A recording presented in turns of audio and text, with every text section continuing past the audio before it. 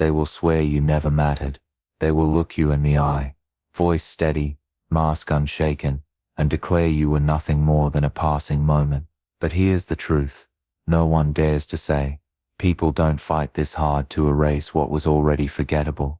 When someone is truly meaningless, they dissolve quietly, like background noise fading into silence.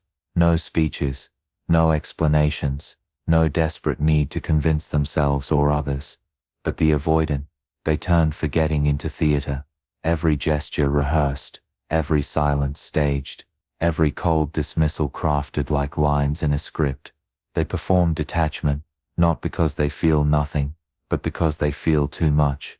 The weight of your memory terrifies them, so they try to smother it under exaggerated indifference. But the more they insist you meant nothing, the more they reveal you meant everything. Watch closely. Notice how often your name appears in the conversations they claim they don't care about. Notice the sharpness with which they withdraw, as if protecting a wound. This is not strength. This is panic dressed as power. This is fear stitched into the costume of emotional maturity. Because real indifference requires no performance. It is silent, effortless, natural. Only significance demands theater. Only impact needs erasure rituals. So when the avoidant proclaims your absence, remember their performance is the loudest confession of your presence. Every line they recite, every mask they wear, every carefully constructed distance is proof that you still live in the spaces they can't control. The performance of indifference is not forgetting, it is remembering. With every breath they pretend not to take in your direction. The avoidant thinks disappearance is the ultimate power move. They vanish. No goodbye, no explanation, just a clean slice, as if you were a tumor to be removed. In that moment, they believe they've won. They believe the surgery is complete. But here's the part they never see coming. The body still remembers what is gone. Ask anyone who's lost a limb. The hand still itches. The leg still throbs. The fingers still curl in dreams. This is the phantom limb. And in the emotional anatomy of the avoidant, you are that phantom. They cut you out, but they cannot cut out the nerves that ran through you. The attachments, the imprints, the sensations. Their body still fires signals toward what they claim no longer exists. The ache is still alive, even though they swore you were dead. Watch how it shows up. They hear a song and rush to change it before the first note finishes. They smell something familiar in a stranger's perfume, and feel their chest tighten. They meet someone new, but in the corner of their eye, they keep looking for you. This is not closure. This is haunting. And here's the cruel truth. Pain doesn't come from what's gone. It comes from what was never healed. You cannot stitch a wound you refuse to look at. You cannot heal a cut you deny exists. The avoidant thinks they amputated you to stop the pain, but in reality, they preserved it. Their silence became scar tissue. Their running became infection, and now everywhere they go, the phantom follows. So when they act untouched, remember this, their calm is a lie, their indifference is anesthesia, wearing off in the middle of the night, and every jolt of phantom pain is proof. They never escaped you, they only trapped themselves in a body that still feels you, even in your absence. Don't think of a white bear. The mind laughs at the command, because the very act of not thinking summons it instantly. And this is exactly the hell the avoidant lives in when they try to erase you. They tell themselves, don't go there, don't remember, don't feel, but every denial is an invitation. Every mental lock they slam shut rattles with your presence behind the door. Suppression is not forgetting. Suppression is obsession in disguise. They curate their days like a battlefield. Careful playlists so your song never plays. New routes home, so they don't pass your cafe. Conversations sliced in half at the first sound of your name. But notice what's happening. You are everywhere in the map they avoid. Every sidestep is a breadcrumb trail leading straight back to you. And here's the brutal irony. True forgetting needs no discipline. When someone truly fades, the silence is effortless. No inner policing. No constant redirection, no guards posted at the gates of thought, but the avoidant silence. It is loud. It is frantic. It is desperate proof of how alive you remain inside them. Their body betrays them too. Tightness in the chest when a memory slips through. Sleepless nights where the brain loops forbidden images. Dreams where they hold you again, only to wake in a sweat, furious that you infiltrated even there. So when they act calm, detached, superior, remember this: they are losing a war inside their own head, because the white bear paradox always wins. The harder they fight to forget, the tighter you are woven into their nervous system.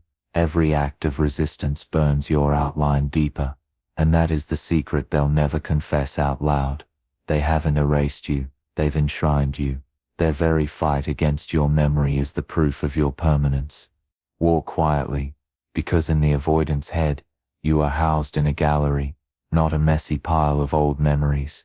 No, a carefully curated museum, every detail polished, every fragment preserved like a relic, too dangerous to lose. Chiffon.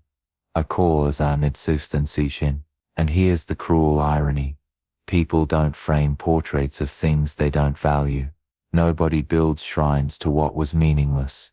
Yet here you are, displayed under glass, protected from dust, guarded like treasure. The avoidant swears you mean nothing, but their brain has enshrined you as everything. Look closer. One wing of this museum holds your laugh, replayed like an audio loop on eternal repeat. Another wall hangs the arguments, magnified and edited to prove their innocence. In the center, a portrait of you frozen in perfect detail, untouched by time, the masterpiece they can't destroy. No matter how hard they try, they pretend they've moved on. But true forgetting doesn't need maintenance. It dissolves on its own, like smoke fading into air. This isn't forgetting. This is preservation, an act of worship disguised as detachment. And every new lover, every new connection, unknowingly, competes with this silent archive, because the avoidance comparisons are constant. Does this one smile like you? Do they fight softer than you? Do they feel safer, or emptier? Each answer echoes back to the same truth. The exhibit still dominates the room. The avoidant isn't detached. They are a hoarder in disguise, clinging to artifacts of intimacy. They were too afraid to fully live. They could have chosen presence. Instead they chose preservation. They could have let go. Instead they locked you behind glass. And here's the part they'll never confess. The museum doesn't weaken with time. It grows stronger. Because every act of denial polishes the exhibit. Every sleepless night adds another layer of varnish. Every attempt to forget makes the portrait glow brighter. So no matter how calm they look, no matter how indifferent they sound, remember this: you're not gone. You're archived, and archives outlast performances. You've become the permanent exhibit in the gallery. They will never escape. They didn't erase you. They buried you, deep under layers of denial, like a secret crime scene hidden beneath the floorboards of their own mind.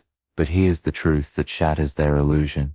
Burial is not destruction, it is preservation in disguise. Archaeologists know this. The deeper you dig, the purer the relics. The avoidant may cover you with excuses, rationalizations, and stage performances of indifference, but every shovelful of denial only seals you tighter in the amber of memory. You don't vanish, you fossilize. On the surface they act spotless. Cold voice, blank face, empty words. I don't think of them anymore. But beneath that polished ground lies a city of ruins. Your laughter, perfectly preserved. Your arguments, frozen mid-battle. The warmth of your touch, intact like pottery that never cracked. This is not forgetting. This is a museum they're terrified to open. Watch how they live. They avoid the cafe you loved, the street you walked, the playlist you created, not because it means nothing, but because it means too much. Their life is mapped around landmines. One wrong step and the buried site erupts. And at night, the excavation begins against their will. Dreams dig without permission. Memories surface like shards of ancient glass, cutting through the sand. They wake shaken, scrambling to cover the site again with thicker denial. But no matter how many layers they add, the ruins are still there, untouched, waiting. Here's the irony. Unprocessed love doesn't decay, it crystallizes. Every refusal to face you becomes another layer of preservation. Their denial is not their freedom, it's their prison. Because the past they buried is the future that keeps haunting them. They wanted to destroy you. Instead they mummified you. They made you eternal by hiding you instead of healing you. And one day, when the cracks in their foundation split wide, your ruins will resurface in full clarity, reminding them of the one truth they can never escape: what's buried alive never stays dead. Silence doesn't erase echoes, it amplifies them, and that's the avoidance curse. They think disappearing ends the story, but in reality it traps them inside an echo chamber where your voice is louder than ever. Closure never happened, so you didn't become the past. You became a sound, a ghost frequency vibrating through every empty moment of their life. They tell themselves it's over, but echoes don't obey denial. They don't die, they bounce. Listen closely. That laugh you shared, it repeats like a song stuck on loop. The last argument, it slams back against their skull, like a slammed door they can't reopen. The silence they chose, it isn't peace, it's an amplifier, turning every unsaid word into thunder. And here's the paradox. The avoidant avoids endings to feel free, but by refusing closure, they've chained themselves to you more tightly. The human mind cannot let go of unfinished stories. It replays them endlessly, searching for the missing line, the missing resolution. That loop is the echo. That echo is you. Every new lover walks into this haunted chamber without knowing. They think they're stepping into a fresh beginning, but the walls are already vibrating with your ghost. Every kiss compared, every fight measured, every quiet night interrupted by a sound that doesn't belong to them. Your absence has become the loudest presence in the room, and the avoidant knows it. That's why they fill their days with distractions, drown themselves in noise, anything to avoid silence. Because silence is where you live. Silence is where the echo grows sharpest, clearest, impossible to ignore. They thought silence would erase you. Instead it immortalized you. And now, no matter how far they run, every relationship, every moment of stillness, every midnight awakening bends around the same truth. You're not a memory, you're an echo, and echoes don't fade, they follow. The mind is a master of disguise. It edits, it erases, it says I've moved on, I feel nothing. But the body never signs the lie, because the nervous system remembers intimacy long after memory has denied it. Touch is not just touch, it's an imprint. A heartbeat is not just rhythm, it's a code. And the avoidant, no matter how hard they perform indifference, carries you in their very flesh. Watch how the betrayal leaks out. Their pulse quickens when your name slips into a room. Their throat tightens when a stranger wears your scent. Their stomach twists walking past a place you once laughed together. They call it coincidence. Biology calls it memory. Here's the paradox. The brain deletes stories, but the nervous system hoards experiences. Your laugh is encoded in their dopamine pathways. Your absence is recorded in their cortisol spikes. Your closeness once regulated their chaos, and now in your silence, their body trembles with the withdrawal. This is not imagination. This is physiology. Every new lover feels the ghost. Arms wrap around them, but the body hesitates. The muscle memory betrays. This isn't the one. The body keeps comparing, measuring, aching for what once felt like safety. The avoidant denies it with words, but skin doesn't forget the electricity it has known. And the cruelest part, they can silence thoughts, they can lock away photos, they can rewrite history, but they cannot stop their hands from shaking when a trigger strikes. They cannot calm the adrenaline surge that floods when a memory sneaks through. The body is the courtroom where the truth testifies.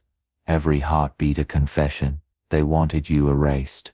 Instead they built a prison made of flesh where you live, where you breathe, where you echo in every nerve. The body becomes the traitor that whispers in the dark. You can lie with your mind, but you cannot lie with me, and that is the betrayal they can never escape. Not in memory, not in thought, but in blood, in bone, in breath. You are unforgettable, because you are alive inside their body. They will swear the ghost is yours, that it was you who cursed them, that your memory crawls into their bed at night, whispering their name. But here's the verdict, no one dares to read aloud. This haunting belongs to them, because ghosts don't come from love, they come from neglect, and the avoidant has perfected the ritual of neglect, neglecting you, neglecting the truth, neglecting themselves. They never gave closure, never had the courage to bleed honestly. Instead they ran, and in running they created a corpse that would not decay. Now they wander through a house of mirrors, every reflection bearing your outline, not because you live there, but because they left the door open, the conversation unfinished, the wound unstitched. Look at the evidence, the late night jolts awake, the sudden flood of adrenaline at the mention of your name, the silence that trembles with echoes. That is not you holding on, that is them shackled to their own unfinished story. Here lies the paradox they cannot escape. They call you the ghost, but they were the grave digger. They call you the poison, but they brewed the venom themselves. They call you unforgettable, but the truth is darker. They never learned how to let anyone go without burning the bridge and standing in the ashes, and so they live haunted. Every new love overshadowed by the phantom they created. Every silence filled with your echo, not summoned by you, but by their refusal to face what was real. Here's the truth they choke on. Forgetting you was never impossible because of you. It is impossible because of them. Because you can't outrun a ghost that wears your own face. And until they confront themselves, the haunting will never end. Not tonight, not in the next relationship, not ever.